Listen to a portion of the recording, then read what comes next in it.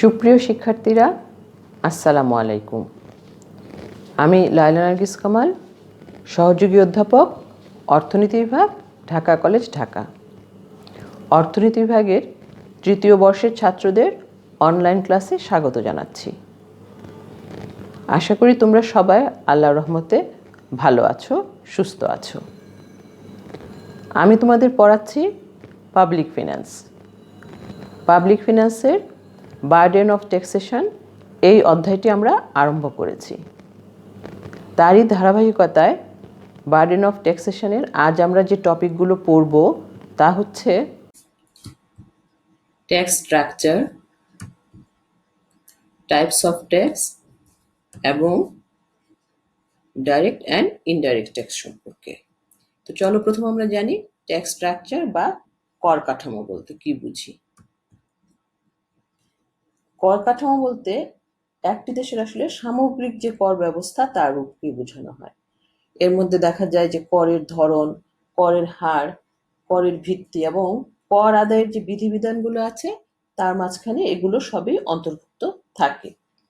তো আমরা এভাবে বলতে পারি যে কোনো দেশের করের প্রকৃতি ও পরিমাপ, কর ধার্যের ক্ষেত্র, কর হার, কর আদায় পদ্ধতি, করের নীতিমালা, কর প্রশাসন এবং করদাতার কর প্রদানের সামর্থ্য, করের উৎস ও আওতা, এই সমস্ত বিষয়গুলোর একত্রিত রূপকেই বলা হয় কর কাঠামো বা ট্যাক্স স্ট্রাকচার। অর্থাৎ কোনো দেশে যে কর আদায়টি হচ্ছে সেটা কি প্রকৃতির, কিভাবে পরিমাপ করা হয়, কোন কোন ক্ষেত্রে করটিকে ধার্য করা হচ্ছে, সেই করের হার কত, কি পদ্ধতিতে করটি আদায় করা হচ্ছে, করের নীতিমালা সেখানে কি পরিমাণ অনুসরণ করা হয়েছে এবং কর যারা আদায় করছেন সেই কর প্রশাসনটি কেমন এবং করদাতাদের মাঝখানে কর প্রদানের সামর্থ্য কেমন, কম, বেশি, মধ্যম, এবং কোন কোন উৎস থেকে কর আদায় করা হচ্ছে এবং সেই আওতাটি কেমন, কম আওতা না বেশি আওতা, এই সবগুলো বিষয়ের যখন একত্রিত রূপ আমরা দেখতে পাই সেটিকে আমরা বলছি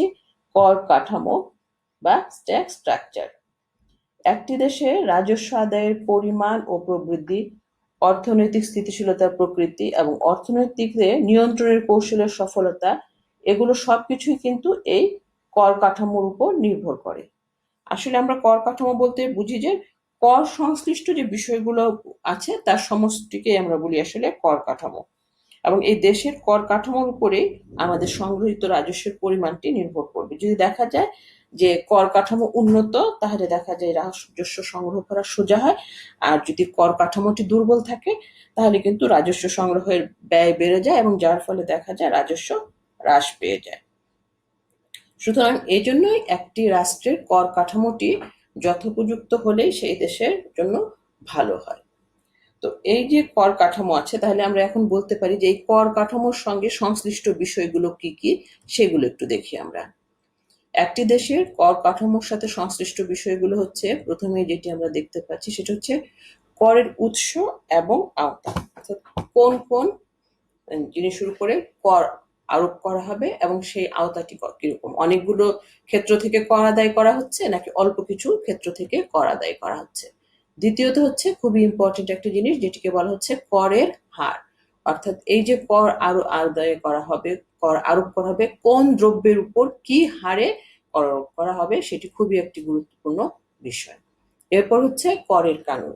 করের কানুন বা নীতিমালা সম্পর্কে আমরা গত ক্লাসে জেনেছিলাম এবং আমরা বলেছি যে যে দেশের কর কাঠামোতে অধিক মাত্রায় করের কানুন অনুসরণ করা সম্ভব হয় সেটি হয় একটি আদর্শ কর কাঠামো। তাহলে এখানে সেই ব্যবস্থাটার কথা বলা হয়েছে। এরপর করা হচ্ছে যে কর আদায় পদ্ধতি। কর আদায় পদ্ধতিটি কেমন, জটিল না সহজ, কি উপায়ে কর আদায় করা হচ্ছে, এই ব্যাপারটি কিন্তু খুবই গুরুত্বপূর্ণ। এরপরে হচ্ছে আমাদের কর সম্পর্কিত আইন। এটিও আমরা গত ক্লাসে পড়েছিলাম যে কর একটি আইন এবং এটি আমাদের উপর আইন আকারে যেহেতু দেওয়া হয় সুতরাং এটি প্রদান করা আমাদের জন্য বাধ্যতামূলক, অন্যথায় শাস্তির সম্মুখীন হতে হয়। সুতরাং সেই দেশে যে কর সম্পর্কিত আইনগুলো আছে সেটি জনগণকে সচেতন করার জন্য কতটুকু কার্যকর কিংবা অকার্যকর সেটিও কিন্তু খুবই গুরুত্বপূর্ণ। এরপর যেটি আসছে সেটি হচ্ছে কর প্রশাসন। যারা কর প্রয়োগ করছে, কর আদায় করবে, এই যে প্রশাসনটি আছে তারা কতটুকু দক্ষ সেটি কিন্তু ট্যাক্স স্ট্রাকচারের জন্য খুবই গুরুত্বপূর্ণ একটি বিষয়। এরপরে হচ্ছে আমাদের জনগণের কর প্রদানের সামর্থ্য। যাদের কাছ থেকে কর আদায় করা হবে তাদের অবস্থাটি কেমন, অর্থাৎ সেই দেশের লোকজন ধনী, দরিদ্র, মধ্যম আয়ের, কোন ধরনের লোক। স্বাভাবিকই বোঝা যায় যে দেশের লোকদের আয় বেশি বা রোজগার বেশি তারা বেশি কর দিতে পারবেন, আর যাদের কম তারা কম দিতে পারবেন। সুতরাং জনগণের কর প্রদানের সামর্থ্যের উপরেও কিন্তু ট্যাক্স স্ট্রাকচার অনেকটাই নির্ভরশীল। এবং সর্বশেষ যেটি হচ্ছে কর প্রশাসন এবং করদাতাদের মধ্যে সম্পর্কটি কেমন, অর্থাৎ যারা কর আদায় করছে এবং যারা কর দিচ্ছে তাদের সম্পর্ক। এই সম্পর্কটি সহজ, নাকি এটি করদাতারা কর দিতে গিয়ে ভয় পাচ্ছে, জটিল কোনো অবস্থার সম্মুখীন হচ্ছে, এগুলো কিন্তু এই ট্যাক্স স্ট্রাকচারের জন্য খুবই গুরুত্বপূর্ণ। সুতরাং এই যে বিষয়গুলো আমরা পড়লাম, এই সবগুলো বিষয় থেকে কিন্তু সমন্বিত যে রূপটি আছে সেটি দ্বারাই কিন্তু একটি দেশের কর কাঠামো সম্পর্কে সামগ্রিক ধারণা পাওয়া যায়। অর্থাৎ কোন দেশের কর কাঠামোটি উন্নত না অনুন্নত, সেটি বা আদর্শ না আদর্শ নয়, তা কিন্তু আমরা এই যে কর কাঠামোর সঙ্গে যে বিষয়গুলো আছে সেগুলোর উপর যদি আমরা আলোচনা করি বা জানি সেই দেশের কর কাঠামো, যে কোন দেশের করের আদায়ের পদ্ধতিটা কেমন বা করের হার কেমন ইত্যাদি ইত্যাদি, তাহলে আমরা সেই দেশের কর কাঠামোটি কোন ধরনের সেটিও জানতে পারি। এবং আমরা এটিও পরবর্তীতে আর জানবো যে কর আদায়ের হার এবং পরিমাণের দিক থেকে আমরা কর কাঠামোকে ভিন্ন ভিন্ন ভাগে ভাগ করি এবং সেইটা থেকেও আমরা সেই দেশের কর কাঠামো সম্পর্কে ধারণা পেতে পারি। এরপর আমরা যেটি জানতে চাচ্ছি আজকে সেটি হচ্ছিল আমাদের টাইপস অফ ট্যাক্স বা করের প্রকারভেদ। আমরা করের প্রকারভেদের এখানে মোটামুটি যে ভাগ দুটো ধরনের ভাগ দেখবো। একটা হচ্ছে যে কর আদায় পদ্ধতির দিক থেকে কর প্রধানত দুই ভাগে আমরা ভাগ করেছি। একটি হচ্ছে প্রথমে আমাদের প্রত্যক্ষ কর এবং অপরটি হচ্ছে আমাদের পরোক্ষ কর। তো প্রত্যক্ষ করটি হচ্ছে যে সেই কর যে কোনো ব্যক্তির উপর কর আরোপ করা হলে যদি ওই ব্যক্তির কাছ থেকে সরকার সরাসরিভাবে করটি আদায় করে নিতে পারে, সেটি হচ্ছে হলো আমাদের প্রত্যক্ষ কর। অর্থাৎ যার উপর কর আরোপ করা হয় তাকে করটি প্রদান করতে হয়, সেটি অন্য কারোর উপর সে স্থানান্তর করতে পারে না। এটিকেই বলি আমরা প্রত্যক্ষ কর বা ডাইরেক্ট ট্যাক্স, যেমন আয়কর, সম্পত্তি কর, ভূমি কর, উত্তরাধিকার কর, বাড়ি ভাড়া কর কিংবা পৌর কর, এই সবগুলোই আমাদের প্রত্যক্ষ করের অন্তর্ভুক্ত। এরপরে যে কথাটি আমরা বলছি সেটি হচ্ছে আমাদের পরোক্ষ কর বা ইনডাইরেক্ট ট্যাক্স।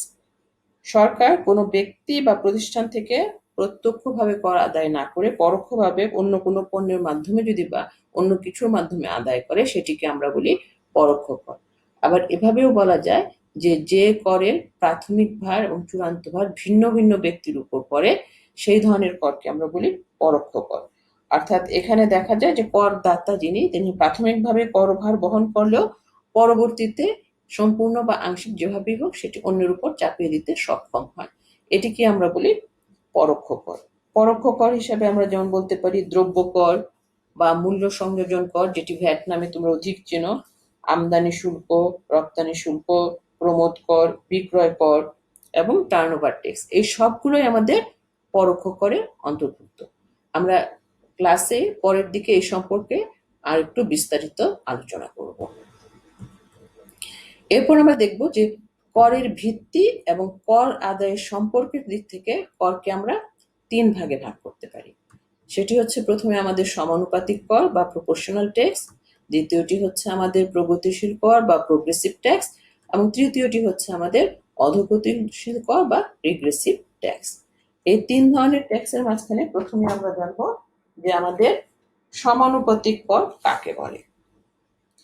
কর ধার্যের ভিত্তির উপর পরিবর্তনের সঙ্গে সঙ্গে কর হার পরিবর্তিত না হয়ে স্থির হয়ে থাকলে সেই করকে বলে সমানুপাতিক কর। অর্থাৎ আমরা এখানে তিনটি জিনিস দেখতে পাই। একটি হচ্ছে করের ভিত্তি, যার উপরে কর আরোপ করা হয়, করের হার, যে হারে কর দিতে হয়, এবং এই দুটোর উপর ভিত্তি করে যে জিনিসটি আসে সেটি হচ্ছে আমাদের মোট কর।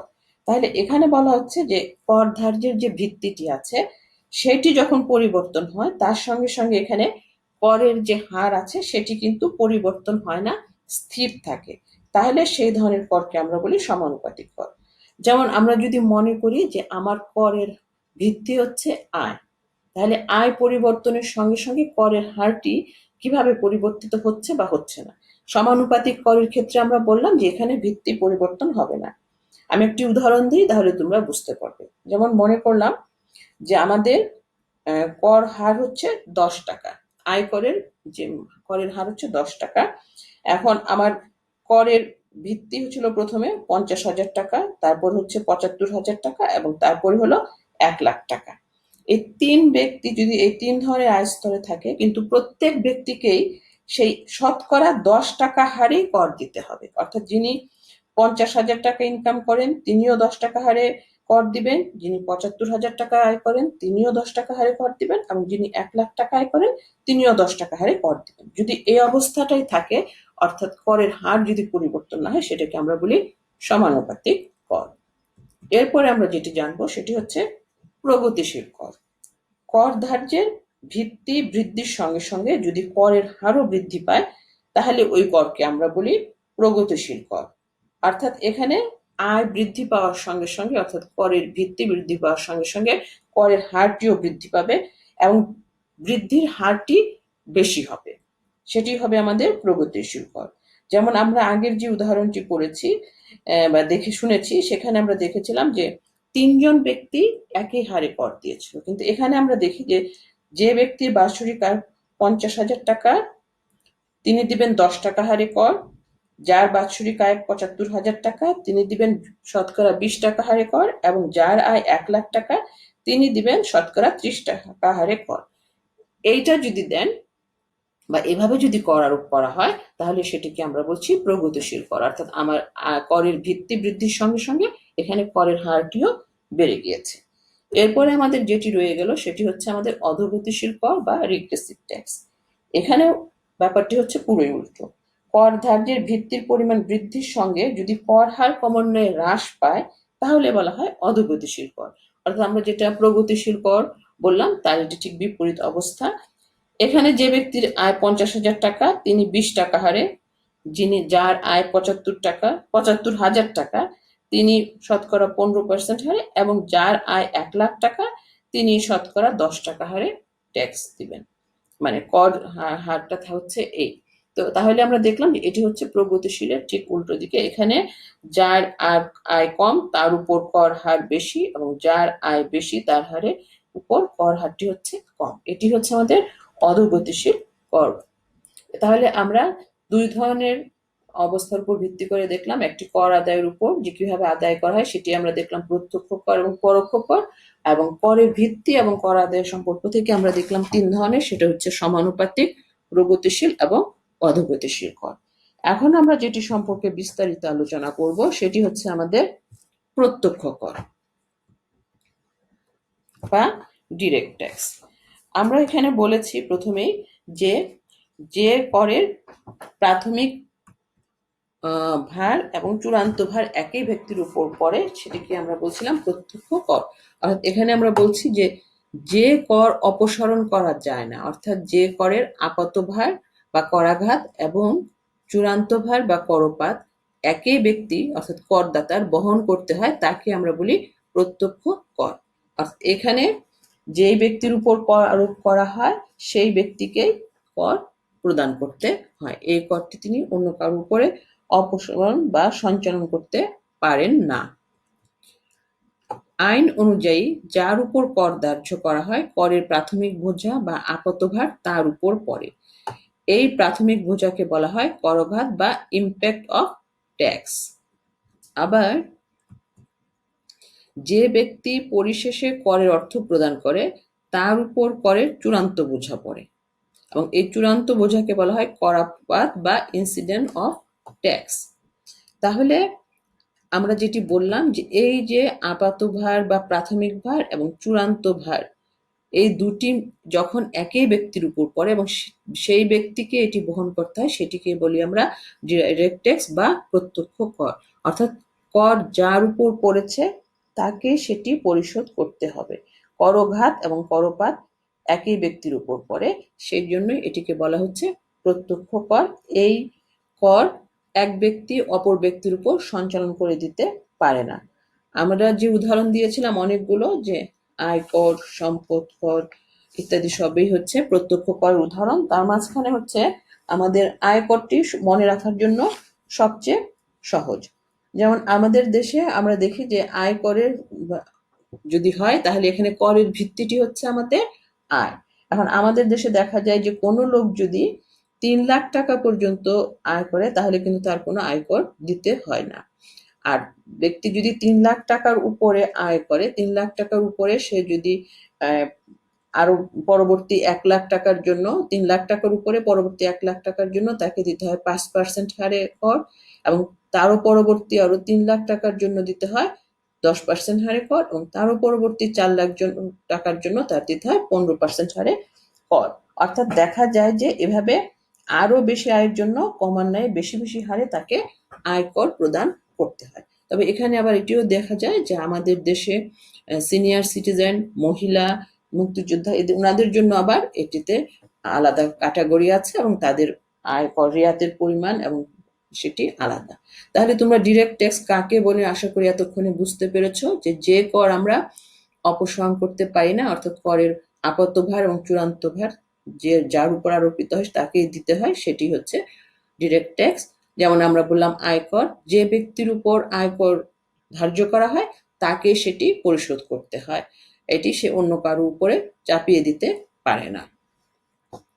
তো এই হচ্ছে আমাদের প্রত্যক্ষ কর। তো এখন দেখি যে এই যে প্রত্যক্ষ করটি আমরা পড়ছি এর সুবিধাটা কি বা এর পক্ষে যুক্তিগুলোই কি।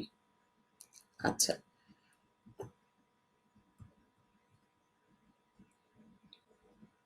প্রথম সুবিধাটি হচ্ছে যে এটা সামর্থ্যের নীতি অনুসরণ করে। অর্থাৎ প্রত্যক্ষ করের একটি বড় এটি গুণ যে এটি আমাদের যে আমরা নীতিগুলো পড়েছিলাম করের কানুন, সেখানে একটি ছিল সামর্থ্যের নীতি, সেটি অনুসরণ করে। করদাতার সামর্থ্য অনুযায়ী এখানে প্রত্যক্ষ কর ধার্য করা হয় এবং এর জন্য দেখা যায় যে ন্যায় নীতি এখানে প্রতিষ্ঠা করা যায়। এবং নিজ নিজ সামর্থ্য অনুযায়ী যেহেতু করদাতারা কর প্রদান করে তাহলে করদাতাদের মোট ত্যাগের যে পরিমাণটা থাকে সেটি ন্যূনতম হয়। সেটা আমরা আয়করের ক্ষেত্রে দেখলাম যে যার আয় কম তিনি ট্যাক্স দিচ্ছেন কম হারে, যার আয় বেশি তিনি দিচ্ছেন বেশি হারে। এরপরে হচ্ছে যে আর কথাটি সেটি হচ্ছে প্রত্যক্ষ করের একটা সুবিধা হচ্ছে নিশ্চয়তা। অ্যাডাম স্মিথের এই কানুনের মাঝখানে এটি ছিল যে নিশ্চয়তার কানুনটা অনুসরণ, সেটি এখানে প্রত্যক্ষ করে করা হয়। এখানে বলা হয় যে প্রত্যক্ষ কর কোন দাতা কখন কি পরিমাণে দিবে সে কিন্তু এটা আগে থেকেই জানে। অর্থাৎ যেমন আমরা উদাহরণটিতে দেখেছি যে বাংলাদেশের লোকজন যারা 3 লাখ টাকা পর্যন্ত ইনকাম করে তারা কিন্তু জানে যে তাদের ট্যাক্স দিতে হবে না, কিন্তু এর পরবর্তী যাদের আয় 1 লাখ টাকা পর্যন্ত তারা কিন্তু জানে যে তাদের কি হারে ট্যাক্সটি দিতে হবে, সুতরাং সেই ব্যাপারে নিশ্চিত। এবং সরকারও কিন্তু নিশ্চিত যে এই প্রত্যক্ষ কর থেকে কি পরিমাণ কর তার প্রতি বছর আদায় হবে, অর্থাৎ ব্যক্তি এবং সরকার দুজনই এটা থেকে নিশ্চয়তাটি পেয়ে থাকে। কিন্তু তৃতীয়টি হচ্ছে প্রগতিশীল কর। অর্থাৎ আমরা প্রগতিশীল করের সংজ্ঞা একটু আগেই পড়লাম, সেখানে আমরা বলেছিলাম যে করের ভিত্তি বৃদ্ধির সঙ্গে সঙ্গে কর হারও বৃদ্ধি পায়। আমরা আয়করের ক্ষেত্রে কিন্তু সেই জিনিসটি লক্ষ্য করেছি যে করের আমাদের ভিত্তি আয় যেটা ছিল সেটা বৃদ্ধির সঙ্গে সঙ্গে কিন্তু আমাদের করের হারও বেড়ে গিয়েছে। সুতরাং আমাদের ডিরেক্ট ট্যাক্স যেটি সেটি অবশ্যই প্রগতিশীল ট্যাক্স। তারপর হচ্ছে মিতব্যয়িতা। প্রত্যক্ষ করটি ব্যক্তি সরাসরি গিয়ে প্রদান করে আসে, সুতরাং প্রত্যক্ষ কর আদায়ের জন্য অল্প সংখ্যক কর্মচারী নিয়োগ করলে হয়, যার ফলে এই কর আদায়ে খরচ হচ্ছে খুবই কম। এরপরে যে গুণটি আছে সেটি হচ্ছে উৎপাদনশীলতা। অর্থাৎ প্রত্যক্ষ কর কিন্তু উৎপাদনশীল। দেখা যায় যে উৎপাদন বৃদ্ধির সাথে সাথে কর হার পরিবর্তন হয় এবং ধনীদের উপর বেশি হারে কর ধার্য করে অধিক পরিমাণ রাজস্ব সংগ্রহ করা যায় এবং এই সংগৃহীত রাজস্ব কিন্তু দরিদ্রদের কল্যাণে ব্যয় করা যায়, যার ফলে এর মাধ্যমে আয়ের পূর্ণ বন্টন হয় এবং গরিবদের ভোগ প্রবণতা বাড়ে এবং এর ফলে দেখা যায় যে মোট আয় এবং নিয়োগ দুটোই বৃদ্ধি পায়। সুতরাং আমরা বলতে পারি ডিরেক্ট ট্যাক্স অবশ্যই উৎপাদনশীল। এরপর হচ্ছে স্থিতিস্থাপকতা। স্থিতিস্থাপকতা সেই অর্থে যে জনগণ সাধারণের আয় এবং সমৃদ্ধির সঙ্গে সঙ্গে কর হার বৃদ্ধি বা নতুন কর ধার্য করে অধিক রাজস্ব সংগ্রহ করা যায়। আমরা যদি আমাদের প্রিভিয়াস কয়েক ইয়ারের আয়করের হারটি দেখি যে একসময় আমাদের ছিল যে 2.5 লাখ টাকা পর্যন্ত হচ্ছে আমাদের কর মুক্ত সীমা এটি এখন বেড়ে হয়েছে 3 লাখ পর্যন্ত। এভাবে দেখা যায় যে বর্ধিত আয়টা সরকারের উন্নয়নশীল কাজে করার জন্য খুবই সহায়ক হয়। এবং তাছাড়া যদি দেখা যায় যে কোনো কারণে সরকারের অতিরিক্ত রাজস্বের প্রয়োজন, তাহলে শুধুমাত্র প্রত্যক্ষ করের হার বৃদ্ধি করেই কিন্তু তার পক্ষে এটা সহজে সংগ্রহ করা সম্ভব হয়। অর্থাৎ যেটি আমাদের থাকে 5%, হয়তো সেটি বাড়িয়ে সরকার তখন 7%, 8% ইচ্ছামতো এখানে বাড়িয়ে তার রাজস্ব সংগ্রহের পরিমাণটি অনেক বাড়িয়ে ফেলতে সক্ষম হয়। সুতরাং এই ডিরেক্ট ট্যাক্স অবশ্যই স্থিতিস্থাপক। এরপর হচ্ছে বৈষম্য রোধ বা বৈষম্য হ্রাস করা। দেখা যায় যে প্রত্যক্ষ করের মাধ্যমে আয়, সম্পদ এবং আয়ের বন্টনের যে বৈষম্যটি আছে সেটি কিন্তু হ্রাস করা যায়। কারণ এটি আমরা দেখলাম যে এটি শুধুমাত্র সমাজের বিত্তশালী লোকের উপরেই কিন্তু ধার্য করা হয়, এবং সেটি ধার্য করা হয় কিভাবে? প্রগতিশীল হারে। অর্থাৎ যার আয় যত বেশি তিনি তত বেশি ট্যাক্স দিবেন, এবং গরিবদের এই কর দিতে হয় না। সুতরাং ধনীদের উপর প্রত্যক্ষ কর চাপিয়ে এবং গরিবদের কর থেকে অব্যাহতি যদি দেওয়া হয়, তাহলে অবশ্যই সেখানে যে সম্পদের যে বন্টনের যে বৈষম্য আছে সেটি রোধ পায় বা কমে যায়। অর্থাৎ ধনীরা কর দেন আর দরিদ্ররা দেন না, সেভাবে আমরা এখানে বৈষম্য রোধ করে ফেলতে পারি। তারপরে আমরা যেটির কথা বলবো সেটি হচ্ছে মুদ্রাস্ফীতি রোধ। প্রত্যক্ষ কর মুদ্রাস্ফীতি রোধে ভালোভাবে আমাদের সাহায্য করে থাকে। দেখা যায় যে দেশে যদি কোনো দেশে মুদ্রাস্ফীতি দেখা যায় আর তখন যদি সরকার প্রত্যক্ষ করের হার বৃদ্ধি করে যায়, তাহলে দেখা যায় যে আয়ের একটি বড় অংশ সরকার কর হিসাবে সংগ্রহ করতে পারে, এবং আয়ের একটি অংশ যেহেতু কর হিসাবে দিয়ে দেয়, তাহলে জনগণের ক্রয় ক্ষমতা কমে যায়, এবং ক্রয় ক্ষমতা কমে যাওয়ার ফলে কিন্তু মুদ্রাস্ফীতি রোধ হয়ে যায়, এবং এটা সরকারের পক্ষে অত্যন্ত একটি সহজ পন্থা হিসেবে বিবেচিত হয়। এবং এরপরে যেটি আমরা দেখছি সেটি হচ্ছে নাগরিক চেতনা। যে ব্যক্তির উপর প্রত্যক্ষ কর আরোপ করা হয় বা ধার্য করা হয়, তাকে কিন্তু সরাসরি এই করটি দিতে হয়। সুতরাং সেই নাগরিক বা করদাতা যে কর দেওয়ার ফলে যে একটা বোঝা সেটি সে কিন্তু অনুভব করতে পারে, এবং সেই জন্য সে যে তার দেওয়া কর দ্বারা সরকার কি কাজ করছে বা কিভাবে এটি ব্যয় করছে সেটির উপরে সে একটি সজাগ দৃষ্টি রাখে, এবং এটি হচ্ছে আসলে আমার নাগরিক চেতনা থেকেই সে করে। যেহেতু তার টাকাটি সে সরাসরি দিচ্ছে, সেই জন্যই সে তার ভিতরে এই চেতনাটি কাজ করে থাকে। এগুলোই হচ্ছে আমাদের প্রত্যক্ষ করের সুবিধা বা প্রত্যক্ষ কর কেন একটা দেশে আমরা আরোপ করতে চাই তার পিছনে যুক্তি। এরপরে হচ্ছে যে এই করের সুবিধা যেমন আছে তেমন কিন্তু কিছু অসুবিধাও আছে। সেই অসুবিধাগুলো কি, এখন আমরা চলো সেগুলো একটু জানি। প্রত্যক্ষ করের প্রথম অসুবিধাটা যেটি হচ্ছে এটি হচ্ছে অপ্রিয়তা বা অজনপ্রিয় এই করটি। কারণ এই করের যখন আরোপ করা হয়, যে ব্যক্তির উপর আরোপ করা হয় তাকে কিন্তু সরাসরি এই করের অর্থটা প্রদান করতে হয়, যার ফলে সে একটি বিশাল বোঝা বা ভার অনুভব করে, এবং এর ফলে যদি কর বেশি পরিমাণে দিতে হয় তাহলে দেখা যায় যে সরকার জনগণের কাছে অপ্রিয় হয়ে পড়ে, এবং এ কারণেই বলা হয় যে প্রত্যক্ষ কর আসলে একটি অপ্রিয় কর বা অপ্রিয়তা এখানে দেখা যায়। এরপরে হচ্ছে ফাঁকি দেবার প্রবণতা। এই প্রত্যক্ষ কর কিন্তু ফাঁকি দেওয়ার জন্য মানুষের মাঝখানে একটি প্রবণতা দেখা যায়। করদাতা এই করের বোঝা সম্পর্কে যেহেতু জানে, সুতরাং সে কি করে, মিথ্যা হিসাব এবং রসিদ দিয়ে সে কর ফাঁকি দেওয়ার চেষ্টা করে।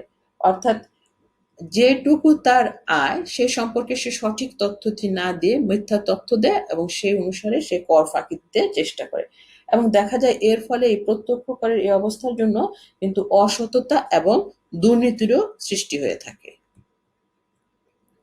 মূলধন গঠনে বাধা। দেখা যায় যে প্রত্যক্ষ কর সাধারণত আমরা জানলাম যে উচ্চ আয়ের যে লোকজন তাদের উপরই ধার্য করা হয়, যার ফলে তাদের সঞ্চয় এবং বিনিয়োগের ক্ষমতা এবং আগ্রহ দুটোই কমে যায়, এবং যার ফলে দেখা যায় যে মূলধন গঠন ব্যাহত হয় এবং এর ফলে উৎপাদনও হ্রাস পেয়ে যায়। স্বেচ্ছাচারিতা। এই যে প্রত্যক্ষ কর আরোপ করা হবে, এই প্রত্যক্ষ কর আরোপ করার জন্য যে কর হারটি নির্ধারণ করা হয়, সেই কর হার নির্ধারণের কিন্তু কোনো সুনির্দিষ্ট মাপকাঠি নেই। যার ফলে এই ধরনের করের সঠিক হার নিরূপণ করা হয় বেশ কঠিন। এজন্য অনেক সময় দেখা যায় যারা এই কর হারটি নির্ধারণ করবেন তারা করদাতাদের সামর্থ্য বিচার না করে খেয়াল খুশি মতো কর ধার্য করে থাকেন। ফলে অনেক সময় দেখা যায় যে এটি একটি অসন্তোষের সৃষ্টি করে থাকে। অর্থাৎ কর হার নির্ধারণ করার ক্ষেত্রে স্বেচ্ছাচারিতা দেখা দিলে সেটি বৈষম্য সেটি অসন্তোষের সৃষ্টি করে থাকে। সুতরাং এটি হচ্ছে আমাদের ডিরেক্ট ট্যাক্সের একটি খারাপ দিক। এরপর হচ্ছে অব্যাহতি লাভ। এখানে আমরা সাধারণত আমরা জানি যে একটি দেশের ব্যয় নির্বাহ করার জন্যই আসলে সকলকেই কিছু না কিছু কর দেওয়া উচিত, কিন্তু দেখা যায় যে প্রত্যক্ষ করের ক্ষেত্রে শুধুমাত্র উচ্চ আয়ের লোকদের উপর প্রগতিশীল হারে কর আরোপ করা হয়, কিন্তু নিম্ন আয়ের লোকেরা এই কর থেকে অব্যাহতি পায়। সুতরাং এটি আসলে খুব একটা যুক্তিসঙ্গত নয়। এরপরে হচ্ছে হিসাবগত সুবিধা। প্রত্যক্ষ কর দেওয়ার জন্য কিন্তু করদাতাকে তার যে আয় এবং সম্পদের হিসাব রাখতে হয়। এটা অনেক ক্ষেত্রেই খুব ঝামেলাপূর্ণ এবং অসুবিধাজনক, এবং এর জন্য দেখা যায় অনেক ব্যক্তিরই অনেক আবার অর্থেরও খরচ করতে হয়। সুতরাং এদিক থেকে এই ডিরেক্ট ট্যাক্সটি একটি অসুবিধাজনক হিসেবে চিহ্নিত হয়, যে এটার যে হিসাব নিকাশটি করতে হয় সেটি খুব একটি সহজ নয়। এরপর আরেকটি হচ্ছে, সেটা হচ্ছে ব্যবসা বাণিজ্যের অসুবিধাও সৃষ্টি করে ডিরেক্ট ট্যাক্স বা প্রত্যক্ষ কর। সেটি কিভাবে করে, যে প্রত্যক্ষ কর যখন দেওয়া হয় তখন করদাতা একসাথে অনেক টাকা সরকারকে কর হিসাবে দিয়ে দেয়, যার ফলে দেখা যায় পরিপ্রেক্ষিতে তার মূলধনের পরিমাণ কমে যায় এবং তার ব্যবসা বাণিজ্য গঠনের ক্ষেত্রে কিছুটা অসুবিধা হয়ে থাকে। এই গেল আমাদের ডিরেক্ট ট্যাক্স বা প্রত্যক্ষ করের সুবিধা এবং অসুবিধা। এরপর আমরা জানবো ইনডাইরেক্ট ট্যাক্স বা পরোক্ষ কর সম্পর্কে। আমরা আগে জেনেছিলাম করঘাত এবং করপাত সম্পর্কে। এখন এখানে দেখতে পাচ্ছি আমরা যে করের করঘাত এবং করপাত ভিন্ন ভিন্ন ব্যক্তির উপর পড়ে তাকে পরোক্ষ কর বলে। অর্থাৎ পরোক্ষ করের ক্ষেত্রে দেখা যায় যে যার উপর কর আরোপ করা হয়েছে সে করের আর্থিক বোঝা সম্পূর্ণ বা আংশিকভাবে অন্যের উপর স্থানান্তর করতে পারে। সে এই করের প্রাথমিক বোঝা একজনের উপর এবং পরবর্তী বোঝা অন্যের উপরে পড়ে যায়। যেমন আমরা যদি এক্ষেত্রে বলি যে বিক্রয় কর, তাহলে দেখা যায় যে যদি সরকার কোনো কারণে কলমের উপরে কর ধার্য করেন, তাহলে দেখা যাবে যে এখানে যে বিক্রেতা আছে তাহলে সে প্রথমে করটি দিয়ে দিবে, কিন্তু পরবর্তীতে সে কলমের দাম বাড়িয়ে ক্রেতার কাছ থেকে এই করটি আদায় করে নেবে। অর্থাৎ করের আঘাত বা প্রথমটি পড়েছিল হচ্ছে বিক্রেতার উপরে, কিন্তু করপাত হলো গিয়ে শেষ পর্যন্ত ক্রেতার হাতে। এভাবে করঘাত এবং করপাত ভিন্ন ভিন্ন ব্যক্তির উপর যদি পড়ে তাকে আমরা বলি তাহলে পরোক্ষ কর। এই করের ক্ষেত্রে যার উপর কর আরোপ করা হয়েছে সে করের আর্থিক বোঝা আংশিক বা সম্পূর্ণভাবে অন্যের উপর স্থানান্তর করে যেতে পারে। আমরা এক্ষেত্রে কিছু উদাহরণ তোমাদের দিয়েছিলাম, যে আমাদের যে ভ্যাট আছে সেটি, আমাদের তারপরে দ্রব্য কর, আমদানি শুল্ক, রপ্তানি শুল্ক, বিক্রয় কর, টার্নওভার ট্যাক্স, এই সবগুলোই আমাদের পরোক্ষ করের অন্তর্ভুক্ত। এখন আমরা দেখি পরোক্ষ করের সুবিধাগুলো কি কি। পরোক্ষ করের সুবিধাটা হচ্ছে প্রথমে যেটি আমরা দেখতে পাচ্ছি, এটি হচ্ছে খুব জনপ্রিয়। এটি কেন, বুঝতেই পারি যে আমরা এই করটি দিই নিজের অজান্তে। কোনো দ্রব্য ক্রয় করতে গেলাম তখনই আমরা সেই করটি দিয়ে দিই, আমরা বুঝতেই পারি না যে আসলে আমরা এই দ্রব্যের দামের সঙ্গে কর দিচ্ছি। যেহেতু আমরা বুঝতেই পারি না, সুতরাং এটি একটি জনপ্রিয় কর হিসেবে পরিচিত। সুবিধাজনক অবশ্যই, কারণ এই কোনো দ্রব্য ক্রয় করার সময় আমরা এই করটি দিয়ে ফেলি, যার ফলে করের ক্ষেত্রে করদাতাকে কোনো, আমাদের যারা আছি তাদের কোনো হিসাব নিকাশের ঝামেলা সহ্য করতে হয় না। জনগণ দ্রব্য ক্রয় করে এবং এ সময়ই কর দিয়ে দেয়, যার ফলে এটি সুবিধাজনক হিসেবে করদাতার কাছে পরিচিত হয়। এরপরে হচ্ছে ন্যায় নীতি। এখানে আবার বলা হয় যে একটি কথা আমরা বলেছিলাম প্রত্যক্ষ করের ক্ষেত্রে যে শুধু ধনীরা দেয় দরিদ্ররা দেয় না, সেক্ষেত্রে এটি একটি ন্যায় নীতির বৈষম্য হয়। কিন্তু এখানে দেখতে পাচ্ছি যে পরোক্ষ কর ধনী দরিদ্র সবাইকে দিতে হয়, কারণ দ্রব্যের উপরে কর। ধরো আমরা মনে করি যে লবণের উপর কর আরোপ করা হয়েছে, এখন লবণ ধনী ব্যক্তিও কিনবেন দরিদ্র ব্যক্তিও কিনবেন, তাহলে দুজনেই কর দিবেন। সেক্ষেত্রে আমরা বলতে পারি যে এটি ন্যায় নীতি প্রতিষ্ঠা করে। এছাড়া যদি দেখা যায় যে বিলাস দ্রব্যের উপর চড়া হারে মানে বেশি হারে এবং অত্যাবশ্যকীয় পণ্যের উপরে কম হারে কর ধার্য করা হয়, তাহলে অবশ্যই এখানে ন্যায় নীতি আরো সঠিকভাবে প্রতিষ্ঠিত হয়ে থাকে। সামাজিক কল্যাণ। দেখা যায় যে কিছু ক্ষতিকর দ্রব্যের উপরে অধিক হারে এই করটি ধার্য করা হয় যাতে এর ভোগগুলো কমে যায়। যেমন আমরা বলতে পারি সিগারেট, মদ ইত্যাদি। দেখা যায় এইগুলোর উপরে দেখা যায় যে অধিক হারে কর আরোপ করা হয়, পরোক্ষ কর, যাতে এগুলোর দাম বেড়ে যায় এবং এগুলোর ভোগ কমে যায়। সুতরাং পরোক্ষ কর সামাজিক কল্যাণ নিশ্চিত করতে সাহায্য করে। এরপর হচ্ছে স্থিতিস্থাপকতা। পরোক্ষ করও কিন্তু প্রত্যক্ষ করের মতো স্থিতিস্থাপক। দেখা যায় যে যে সমস্ত দ্রব্যের চাহিদা অস্থিতিস্থাপক সেগুলো দ্রব্যের উপর কর হ্রাস বৃদ্ধি করে সরকার প্রয়োজন মতো রাজস্ব সংগ্রহ করতে পারে। এরপর হচ্ছে উৎপাদনশীলতা। পরোক্ষ কর উৎপাদনশীল, কারণ এই কর ধনী দরিদ্র সকলেরই প্রদান করতে হয় এবং দেখা যায় যে যে সমস্ত দ্রব্যের চাহিদা অস্থিতিস্থাপক সেগুলোর উপর একটু বেশি হারে কর ধার্য করা যায়, ফলে সরকারের মোট রাজস্বের পরিমাণ কিন্তু বৃদ্ধি পায় এবং এই যে বর্ধিত রাজস্বটা সেটি সরকারের অবশ্যই অনেক কাজে লাগে। তারপর আমরা দেখতে পাচ্ছি সেটি হচ্ছে শিল্প সংরক্ষণ, বা এটিকে আমরা বলতে পারি শিশু সংরক্ষণ। পরোক্ষ কর দেশের শিল্প সংরক্ষণের ক্ষেত্রে কিন্তু বেশি সাহায্য করে। বিদেশ থেকে যে দ্রব্যগুলো আমদানি হয় সেগুলোর সঙ্গে যদি আমাদের দেশীয় পণ্যের প্রতিযোগিতা হয়, সেক্ষেত্রে সরকার দেশীয় শিল্পকে রক্ষা করার জন্য আমদানিকৃত দ্রব্যের উপর বেশি হারে কর আরোপ করে থাকে, যার ফলে দেখা যায় যে সেই দ্রব্যগুলোর দাম অনেক বেশি হয় আর দেশীয় পণ্যগুলোর দাম অনেক কম হয়। তো সেক্ষেত্রে জনগণ কম দামের পণ্য ক্রয় করার জন্য দেশীয় পণ্য ক্রয় করে। এভাবে দেখা যায় যে পরোক্ষ কর দেশীয় শিল্প সংরক্ষণের ক্ষেত্রে বেশ গুরুত্বপূর্ণ ভূমিকা রাখতে সক্ষম হয়। এরপরে হচ্ছে করদাতার সুবিধা। এক্ষেত্রে আমরা বলেছি যে করদাতা আসলে এই করটি দেওয়ার ক্ষেত্রে বেশ সুবিধা ভোগ করে, কারণ হচ্ছে সে যখন করটি দেয় তখন সে বুঝতেই পারে না যে করটি দিচ্ছে, সেক্ষেত্রে দেখা যায় যে এই সুবিধাটাই করদাতা নিয়ে থাকেন। আরেকটি হচ্ছে এখানে আমাদের যে বৃহৎ ভিত্তি বা বিস্তৃত ভিত্তি। দেখা যায় যে পরোক্ষ কর অনেক দ্রব্য সামগ্রীর উপর দেওয়া যায়, অর্থাৎ এই করটি একটি পুরো জনগোষ্ঠীর কাছ থেকে কম বেশি আদায় করা সম্ভব হয়। অর্থাৎ যে দেশে জনগণ আছে যত, তারা সবাই সেইগুলোর উপরে কেউ না কেউ কর দেয় এবং এই ভিত্তি এত বৃহৎ থাকার কারণে আহ পরোক্ষ কর থেকে কিন্তু কর আদায়ের পরিমাণও বেশ ভালোই হয়ে থাকে। সুতরাং দ্রব্য এবং সেবা ভোগকারী সকল ব্যক্তিবর্গ যেহেতু পরোক্ষ করের আওতায় আসে, সুতরাং বলাই যায় যে এই পরোক্ষ করের ভিত্তিটি বেশ বিস্তৃত বা বৃহৎ। তা এগুলোই হচ্ছে আমাদের ইনডাইরেক্ট ট্যাক্সের সুবিধা। এরপর আমরা দেখি যে আমাদের এই ইনডাইরেক্ট ট্যাক্সের ডিসঅ্যাডভান্টেজ বা অসুবিধাগুলো কি কি। প্রথমেই যেটি আসছে সেটি হচ্ছে অসমতা। পরোক্ষ করের বিরুদ্ধে প্রথম যে কমপ্লেনটি আসে সেটা হচ্ছে অসমতা, অর্থাৎ এখানে সামর্থ্যের নীতিটি অনুসৃত হয় না। নিত্য ব্যবহার্য যে পণ্য সামগ্রীর উপর কর আরোপ করা হয় তা ধনী দরিদ্র সকলকেই দিতে হয়, অথচ দরিদ্র অপেক্ষা ধনীর করদান ক্ষমতা কিন্তু অনেক বেশি এবং এদিকে দেখা যায় যে ধনী অপেক্ষা দরিদ্রের তখন আয়ের একটি বড় অংশই কর দিতে চলে যায়, ফলে এখানে অসমতা প্রতিষ্ঠিত হয় এবং সামর্থ্যের নীতি এখানে অনুসৃত হয় না। অমিতব্যয়িতা। পরোক্ষ কর আদায়ের জন্য বহু সংখ্যক কর্মকর্তা কর্মচারী নিয়োগ করা হয়, যার ফলে এখানে অমিতব্যয়িতা দেখা দেয়। অনিশ্চয়তা। পরোক্ষ করের আরেকটি দোষ হচ্ছে যেটি অনিশ্চিত।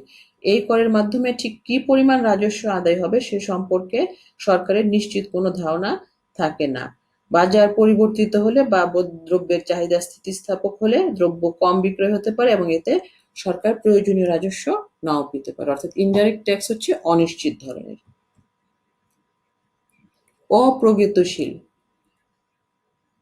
এই করটি হচ্ছে আসলে অপ্রগতিশীল ধরনের, কারণ এখানে দেখা যাচ্ছে যে যারা ধনী লোক বেশি আয় করে তারা কম কর দিচ্ছে আর যারা দরিদ্র লোক কম আয় করে তারা বেশি কর দিচ্ছে। আমরা লবণের ক্ষেত্রেই চিন্তা করি যে ধনী লোকের জন্য 1 কেজি লবণ কিনে যে টাকাটা ট্যাক্স দিতে হয় সেটি তার কাছে খুবই সামান্য, কিন্তু একজন দরিদ্র ব্যক্তিকেও ঠিক 1 কেজি লবণ কিনে ঠিক একই পরিমাণ ট্যাক্স দিতে হয়, সেটি তার জন্য কিন্তু বেশি। সুতরাং এই করটি বা ইনডাইরেক্ট ট্যাক্সটি হচ্ছে অপ্রগতিশীল ধরনের। রপ্তানি হ্রাস পায়। পরোক্ষ কর যদি দ্রব্য সামগ্রীর উপর আরোপ করা হয় তাহলে দেখা যায় যে দ্রব্য সামগ্রীর দাম বৃদ্ধি পায়, এবং দ্রব্য সামগ্রীর যদি দাম বৃদ্ধি পায় তাহলে অবশ্যই রপ্তানি হ্রাস পায়, এবং এর ফলে বৈদেশিক বাণিজ্যের যে লেনদেন সেখানে ভারসাম্যের প্রতিকূলতা সৃষ্টি হয়। এরপরে হচ্ছে মুদ্রাস্ফীতি সৃষ্টি হয়। পরোক্ষ কর মুদ্রাস্ফীতি সৃষ্টিতে সাহায্য করে, কারণ পরোক্ষ কর আরোপিত হলে দ্রব্য সামগ্রীর দাম বৃদ্ধি পায় এবং এর ফলশ্রুতিতে মুদ্রাস্ফীতির সৃষ্টি হয়। এবং আরেকটি হচ্ছে আয় বৈষম্য বৃদ্ধি পায়, কারণ আমরা এখানে বলতে পারি যে পরোক্ষ করের ভার ধনী অপেক্ষা গরিবদের বেশি বহন করতে হয়, এর ফলে গরিবদের অর্থনৈতিক সমস্যা আরো বাড়ে এবং এর ফলে আয় বৈষম্য বৃদ্ধি পায়। এবং আরেকটি হচ্ছে নাগরিক চেতনার অভাব। পরোক্ষ কর আমরা বলেছি যে যখন দ্রব্য ক্রয় করি তখনই আমরা এটি দিয়ে থাকি বা করদাতারা দিয়ে থাকেন, সুতরাং তারা বা আমরা তখন করের যে বোঝা সেটি অনুভব করে না, ফলে নাগরিক দায়িত্ব সম্পর্কেও করদাতারা সচেতন হয় না, সুতরাং পরোক্ষ কর নাগরিক চেতনা জাগ্রত করে না। এগুলোই হচ্ছে আমাদের আসলে ইনডাইরেক্ট ট্যাক্স বা পরোক্ষ করের অসুবিধা। তো আমরা এতক্ষণ প্রত্যক্ষ কর কাকে বলে, এর সুবিধা অসুবিধা, এবং পরোক্ষ কর কাকে বলে তার সুবিধা অসুবিধা সম্পর্কে জেনেছি, এবং আমার মনে হয় এই আলোচনা থেকে তোমরা পরোক্ষ কর এবং প্রত্যক্ষ কর সম্পর্কে ভালো ধারণা লাভ করতে পেরেছ, এবং এই দুটো থেকে যদি পার্থক্য তোমাদেরকে লিখতে হয়, অর্থাৎ প্রত্যক্ষ কর এবং পরোক্ষ করের মধ্যে পার্থক্য লিখো, তাহলেও তোমরা লিখতে পারবে। আজ আমাদের ক্লাস এ পর্যন্তই। আমরা এখানে ট্যাক্স স্ট্রাকচার সম্পর্কে জেনেছি, টাইপস অফ ট্যাক্স সম্পর্কে জেনেছি, এবং সর্বশেষ জানলাম ডিরেক্ট ট্যাক্স সম্পর্কে। আমরা পরবর্তীতে আরও কিছু ট্যাক্স নিয়ে আলোচনা করব। তো তোমরা সবাই নিরাপদে থাকো, এই প্রত্যাশায় তোমাদের সবাইকে আন্তরিক ধন্যবাদ জানিয়ে আমার ক্লাস এখানেই শেষ করছি। আল্লাহ হাফেজ।